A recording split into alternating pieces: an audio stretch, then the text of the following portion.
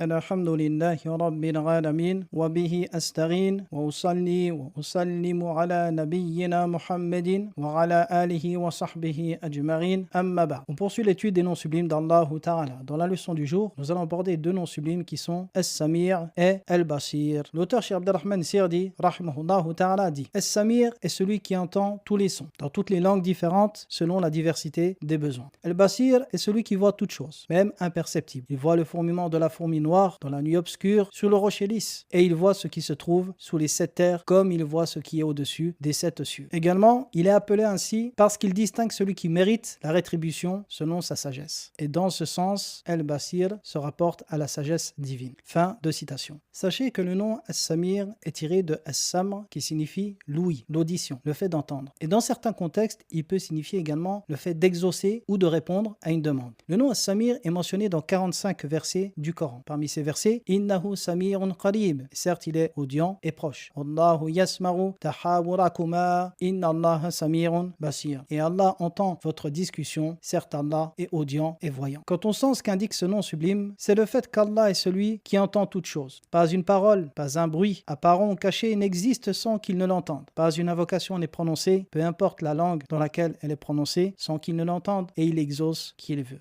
Il est celui qui entend tout sans qu'aucun son ne se confonde avec un autre. Comme le prophète alayhi salatu wa salam a dit dans le hadith d'Abu Dhar, dans le hadith Qudsi, lorsqu'il rapporte la parole de son Seigneur, il dit « Si les premiers des hommes jusqu'au dernier et les premiers des djinns jusqu'au dernier se réunissaient tous dans un seul et même endroit, puis me demandaient chacun une chose à qui je l'accorderais, ceci ne diminuerait en rien mon royaume, si ce n'est ce que l'aiguille diminue de la mer lorsqu'elle y est trempée. » Notre cheikh Abdul Razzaq al-Badr, hafidhahullah, a dit en commentant ce hadith que toute l'humanité tout entière, celle des hommes et également celle des djinns, dans ce seul et même endroit, demandent tous à Allah dans leurs langues diverses, avec des voix différentes, tous en même temps, sans qu'aucune demande ne se confonde avec une autre. Ce qui confirme la parole de Aïcha, l'épouse vertueuse du prophète, alayhi salatu wa salam, wa radiyallahu anha, lorsqu'elle parle de Al-Mujadila. Elle dit louange à Allah dont l'ouïe embrasse toutes les voix. La femme qui discutait avec le prophète, alayhi salatu wa salam, est venue lui parler dans un côté de la maison. Je n'entendais même pas ce qu'elle disait, puis Allah, subhanahu wa ta'ala, a révélé قَدْ سَمِعَ اللَّهُ قَوْلَ التي تجادلك في زوجها وتشتكي إلى الله والله يسمع تحاوركما. Allah a certes entendu la parole de celle qui discutait avec toi au sujet de son mari et se plaignait à Allah, et certes Allah entendait votre conversation. Hadith rapporté par l'imam Ahmed et d'autres. Ainsi, As-Samir, on peut le traduire par l'audient, celui qui a l'attribut de l'ouïe parfait, sans aucune déficience et aucun manquement. L'imam Al-Khattabi, rahimahullah ta'ala, dit en expliquant cet attribut, il est celui qui entend les secrets, les conversations secrètes, qu'elles soient à voix basse ou à voix haute. Fin de citation. Ibn Kathir dit, il est celui qui entend les paroles de ses serviteurs, croyants ou mécréants. Ibn al-Qayyim également dit, As-Samir est celui pour qui la parole secrète et la parole publique sont égales dans son audition. Fin de citation. En résumé, les deux sens principaux que nous trouvons dans ce nom sublime sont le fait d'entendre de façon parfaite et infaillible toutes choses, même les sons les plus discrets, mais également le fait d'exaucer, comme dans la parole de Zakaria, Innaka Samirud Dora, et certes c'est toi qui exauces les invocations. Encore dans le hadith rapporté par l'imam Muslim, rahimahullah, lorsque le messager d'Allah alayhi salatu wa salam dit je cherche protection près de toi contre une science qui ne profite point, min ilmin la yanfa wa qalbin la yarsha, contre un cœur qui ne s'humilie point, wa aynin la tanma, contre un œil qui ne pleure point, wa dora in la yusmar, et une invocation qu'on n'exauce point. Fin de citation. Et le terme qui est employé dans ce hadith est yusmar, c'est-à-dire littéralement qu'on entend, mais ce qui est voulu c'est quoi? L'exaucement. Sachez que le nom Samir est mentionné et jumelé dans beaucoup de versets du Coran avec Al-Alim ou encore Al-Basir ou Al-Qarib, afin d'indiquer la perfection dans le fait de cerner toute chose, d'embrasser toute chose de sa science, sa connaissance, son ouïe et sa vision. Qu'elle soit un son, visible, invisible, rien des créatures, rien de la création n'échappe à son savoir. En effet, le nom As-Samir exprime l'étendue de l'ouïe, embrassant toutes les choses audibles, de sorte que rien ne lui échappe, ni grand, ni petit. Alors que le nom El-Alim surpasse cela dans le sens où il englobe aussi bien les choses perçues que celles de l'invisible, les apparences comme les réalités cachées. El-Basir, quant à lui, englobe tout ce qui se voit. Ainsi, ces trois noms expriment la perfection ultime dans le fait de cerner toute chose de son savoir et sa connaissance, subhanahu wa ta'ala. Quant à l'impact spirituel de la connaissance de ce nom, il est des plus importants. Effectivement, les attributs que renferme ce nom sublime inspirent crainte et espoir. La crainte, lorsque le serviteur sait que rien de ce qu'il ne dit, en secret comme en public, n'existe sans qu'Allah ne l'entende. Qu'aucun conciliabule qu'il tiendrait dans la médisance ou la désobéissance n'échappe à son Seigneur. Aucune conversation interdite, aucun mot interdit qu'il ne prononcerait sans qu'il ne le sache. Et lorsque l'homme se rappelle de cela, il fait preuve de pudeur envers son Créateur et il le craint. Car la langue est certainement un des membres qui cause le plus la perdition des hommes. Elle est celle qui attise l'animosité et la haine, celle dont les dégâts n'ont aucune limite, dans les familles ou même la société. Elle est celle qui par un simple mot peut causer la mécréance de son auteur, comme l'imam al-Bukhari, rahimahullah, rapporte de Sahl ibn Sa'd, radiyallahu anhu. Il dit, le prophète, alayhi salatu wassalam, a dit, quiconque me garantit ce qui est entre ses deux mâchoires et ce qui est entre ses deux jambes, je lui garantis le paradis. Et le prophète, alayhi salatu wassalam, dit un jour à Mu'adh, radiyallahu anhu, ne t'informerai-je pas de ce qui domine tout cela? Je dis certes au messager d'Allah. Il prit alors sa langue et dit, retiens celle-ci. Je dis au prophète d'Allah, serons-nous donc jugés sur ce que nous disons? Il dit alors, que ta mère te perde, en Mu'adh. Quoi d'autre que le fruit de leur langue précipite les gens dans le feu sur leur visage ou sur leurs narines, rapporté par At-Tirmidhi. Et ainsi, il est important de comprendre le poids et l'impact de la parole. Par la parole, on devient musulman et on fait preuve de foi. Prononçons l'attestation de foi. Par la parole, on adore son Seigneur, mais également par la parole, on peut mécroire. Par la parole, on peut être injuste et commettre des péchés dont les impacts et les conséquences sont des plus néfastes. Et la connaissance de ce nom est un rappel qui doit emmener le croyant à peser chaque mot et chaque parole qu'il prononce. Et parmi les caractéristiques intrinsèques de la foi, le fait de dire du bien ou de se taire, comme l'a rapporté l'imam Muslim, d'après Abu Huraira, radiyallahu anhu, que celui qui croit en Allah et au jour dernier dise du bien ou se taise. Également parmi les fruits que nous tirons de la connaissance de ce nom, l'espoir. L'espoir du serviteur dans ses invocations, sa dévotion et ses supplications. Rien de ce qu'il adresse comme demande à son Seigneur n'est vain. Soit il est exaucé, soit Allah lui donne meilleur que cela, soit il lui efface un péché, soit une bonne action est inscrite. Ainsi, chaque invocation que le serviteur fait, Allah l'entend. Qu'il l'invoque donc avec fermeté et conviction, qu'il est exaucé et que quoi qu'il demande à son Seigneur, aucune de ses demandes est vaine. Dans la douleur, la tristesse et l'adversité particulièrement, le rappel de ce nom provoque un sentiment de proximité, de paix et d'espoir en Allah Ta'ala. Et parmi les fruits que nous tirons de ce nom également, le fait de l'invoquer par ce nom dans les invocations. Et ceci était la coutume des prophètes et des gens pieux qui invoquaient leur Seigneur par ce nom sublime, recherchant ainsi l'exaucement dans leurs demandes. Dans la parole de Ibrahim et Ismaïl, Rabbana taqabbal minna innaka antas sami'ul alim. Oh notre Seigneur, accepte de nous, tu es certes l'audient, l'omniscient. Ou encore celle de la mère de Maryam, fataqabbal minni innaka antas sami'ul alim. Et accepte de moi, tu es certes l'audient, l'omniscient. Ou encore celle de Zakaria, innaka sami'ud du'a. Ou encore celle de Yusuf, alayhi salatu wassalam, fastajaba lahu rabbuhu fasarafa anhu kaydahun innahu huwas sami'ul alim. Et son Seigneur l'exauça et il écarta de lui leur ruse, et certes c'est lui l'audient, l'omniscient. Et ceci est une règle dans le chapitre des invocations, le fait de choisir des noms conformes au sens et à la demande, et ce nom sublime est propice à l'exaucement, comme je l'ai mentionné précédemment, car il a le sens également de celui qui exauce. Le deuxième nom que l'auteur a mentionné est Al-Basir, qu'on peut traduire par le voyant. Al-Basir est mentionné dans de nombreux versets jumelés à As-Samir. Il tire sa racine de Al-Basar, qui signifie littéralement l'attribut de la vue, et Al-Basira a le sens de la connaissance et la clairvoyance. Sachez que ce nom est mentionné dans 42 versets du Coran. Parmi eux, Allahu basirun bil ibad, ou encore Innahu bi kulli shay'in basir. Quant à son sens comme nom sublime d'Allah, sachez qu'il a deux sens principaux. Le premier fait de voir la perception des choses visibles, c'est-à-dire que Al-Basir indique l'attribut de la vue qui est la perception des choses. Allah voit et Allah observe, comme il dit dans son livre, Innani ma'akuma asma'u wa ara. Je suis avec vous, j'entends et je vois. Ou encore, Alam ya'lam bi anna Allah yara. N'a-t-il pas su qu'Allah le voit, de même qu'il regarde? La yanzuru Allahu ilayhim yawm al-qiyamah. Et Allah ne regardera pas vers eux au jour de la résurrection. Et le deuxième sens que nous trouvons dans ce nom, c'est celui qui connaît l'état de ses serviteurs, qui est parfaitement informé de leurs conditions, celui qui a la clairvoyance ultime sur toute chose. Comme Allah dit dans son livre, Innahu bi ibadihi khabirun basir. Et il est certes parfaitement informé de ses serviteurs et il voit tout. Encore, Wallahu basirun bil ibad. Ibn Kathir dit, il sait qui mérite la guidance et qui mérite l'égarement. Il est donc un Seigneur qui voit l'état de ses serviteurs, connaît leurs conditions et sait ce qui est caché de leurs affaires. Le nom Al-Basir, comme on l'a mentionné précédemment, est mentionné jumelé avec As-Samir. Et cette association apparaît dans le livre d'Allah dans 11 versets. Parmi ces versets, Laysa kamithlihi shay'un wa huwa as-Samirul basir. Rien ne lui ressemble et il est l'audient, le voyant. On peut le traduire également par le clairvoyant. Ou encore dans le verset, Wallahu yasma'u tahawurakuma inna Allaha samirun basir. Et Allah entend votre dialogue, certes, Allah est audient et voyant. Et la beauté qui réside dans la mention de ces deux noms ensemble est que l'un des deux exprime la perfection de l'ouïe et le deuxième la perfection de la vue, ce qui exprime ainsi le cernement de toute chose, aussi infime ou grande soit-elle. Également, la mention de ces deux noms sublimes renferme une réponse implacable aux négationnistes des attributs d'Allah prétextant l'anthropomorphisme. Car Allah a mentionné ces deux noms dans le verset où il nie toute ressemblance à ses créatures. Il dit « Laïsa kamithlihi shay'un wa huwa as-sami'ul basir. Rien n'est égal à lui, il est l'audient, le voyant. Et le grand érudit, le grand savant, Mohammed Amin Shinqiti rahimahullah ta'ala, dit en exégèse. Il dit ce verset constitue un enseignement précieux qui dissipe toute ambiguïté et répond à toutes les questions sur ce chapitre, c'est-à-dire le chapitre des noms et des attributs. Il dit ceci car Allah a dit wa huwa as-sami'ul basir, et il est l'audient, le voyant, après avoir dit laysa kamithlihi shay, rien ne lui ressemble. Et il est clair que l'ouïe et la vue sont des attributs que tous les animaux possèdent, comme si Allah Azza wa Jal indiquait à la création de ne pas nier ses attributs sous prétexte que les êtres créés entendent et voient et que ceci constituerait de l'anthropomorphisme. Au contraire, ils doivent lui affirmer ses attributs comme la vue et l'ouïe sur la base de laysa kamithlihi shay, rien ne lui ressemble, car Allah subhanahu wa ta'ala possède des attributs qui conviennent à sa perfection, qui sied à sa perfection et sa majesté, et les attributs des créatures correspondent à leurs conditions. Ainsi, les attributs du Seigneur des cieux et de la terre sont les plus élevés, les plus parfaits, et en aucun cas ils ressemblent à ceux des créatures. Et quiconque nie un attribut qu'il s'est attribué lui-même s'est rendu plus savant qu'Allah sur lui-même, subhanahu wa ta'ala. Et ceci est une calomnie immense, et quiconque pense que l'attribut de son Seigneur ressemble à quelque chose des attributs de la création est un égaré, un hérétique, et n'a point de raison. Il est directement concerné par la parole d'Allah ta'ala au sujet des associateurs lorsqu'ils disent Tallahi in kunna lafi dalalin mubin idh nusawwikum bi rabbil alamin. Par Allah, nous étions certes dans un égarement évident quand nous faisions de vous des égaux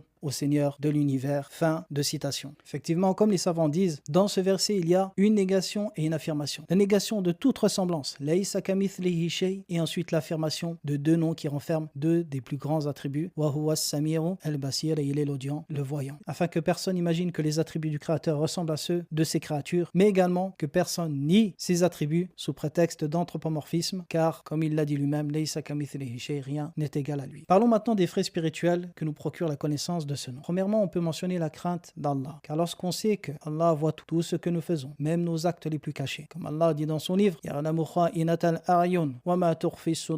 il connaît et il sait le regard dérobé et ce que cachent les poitrines. Et la mention du regard dérobé associé à ce que cachent les poitrines est d'une grande subtilité, car le regard furtif traduit souvent un désir interdit, raison pour laquelle il se fait en secret. Et beaucoup d'exégèses mentionnent que le regard ici est celui vers une femme étrangère. Et ce qu'il y a dans les poitrines, c'est l'envie de commettre la turpitude avec elle, comme l'a rapporté Ibn Kathir d'après Ibn Abbas radiyallahu anhu. Également, c'est par la connaissance de ce nom que le serviteur peut concrétiser un des plus hauts degrés de la foi qui est al-ihsan, l'excellence. Comme le prophète alayhi salatu wa salam a dit dans le hadith de Jibril lorsqu'il l'a questionné sur l'ihsan, il dit c'est que tu adores Allah comme si tu le voyais, car certes si tu ne le vois pas, lui te voit. Et le rappel de ce nom et de ce qu'il renferme pousse le serviteur à exceller dans ses adorations et éprouver de la honte et de la gêne envers son créateur. Également, la connaissance de ce nom suscite l'espoir et la confiance en Allah lors de l'adversité et des difficultés. Lorsque la peur gagne le cœur, il se rappelle qu'Allah le voit et avec lui. Comme Allah dit dans son livre à son messager Moussa alayhi salam, qala la takhafa innani ma'akuma asma'u wa ara. Il dit n'ayez pas peur, car certes je suis avec vous, je vois et j'entends. Enfin, la contemplation de ces deux noms sublimes, As-Samir et Al-Basir, nourrit le tawhid du serviteur dans sa dévotion et sa soumission envers Allah. Il l'adore en se rappelant qu'il voit sa prière, son jeûne, son hajj et entend ses invocations. Ainsi, l'excellence spirituelle dans l'accomplissement des actes d'adoration repose en grande partie sur la conscience vivante de ces deux noms et des attributs de beauté et de perfection qu'ils manifestent. Voici un résumé concis sur ces deux noms sublimes, As-Samir al-Basir, sallallahu ala nabiyyina Muhammadin wa ala alihi wa sahbihi wa sallam.